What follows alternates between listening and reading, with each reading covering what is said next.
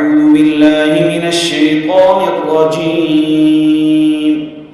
بسم الله الرحمن الرحيم. الشهر الحرام بالشهر الحرام والحرمات قصاص، فمن اعتدى عليكم فاعتدوا عليه بمثل ما اعتدى عليكم، واتقوا الله واعلموا أن الله مع المتقين. وأنفقوا في سبيل الله ولا تلقوا بأيديكم إلى التهلكة وأحسنوا إن الله يحب المحسنين. وأتموا الحج والعمرة لله، فإن أحصرتم فما استيسر من الهدي، ولا تحلقوا رؤوسكم حتى يبلغ الهدي محله، فمن كان منكم مريضا أو به أذى من رأسه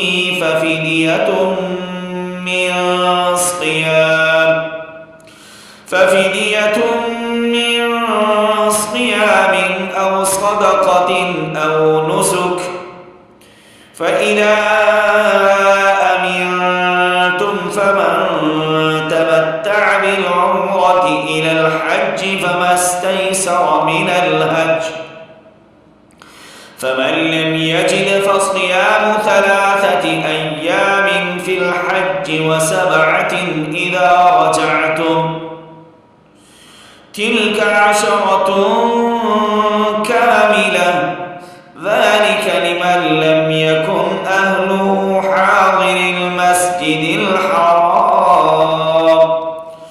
واتقوا الله واعلموا أن الله شديد العقاب.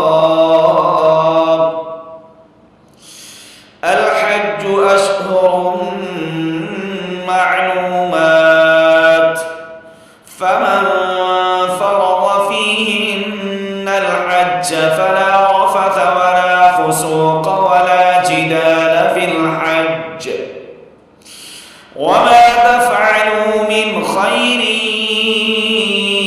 يعلمه الله، وتزودوا فإن خير الزاد التقوى، واتقون يا أولي الألباب. صدق الله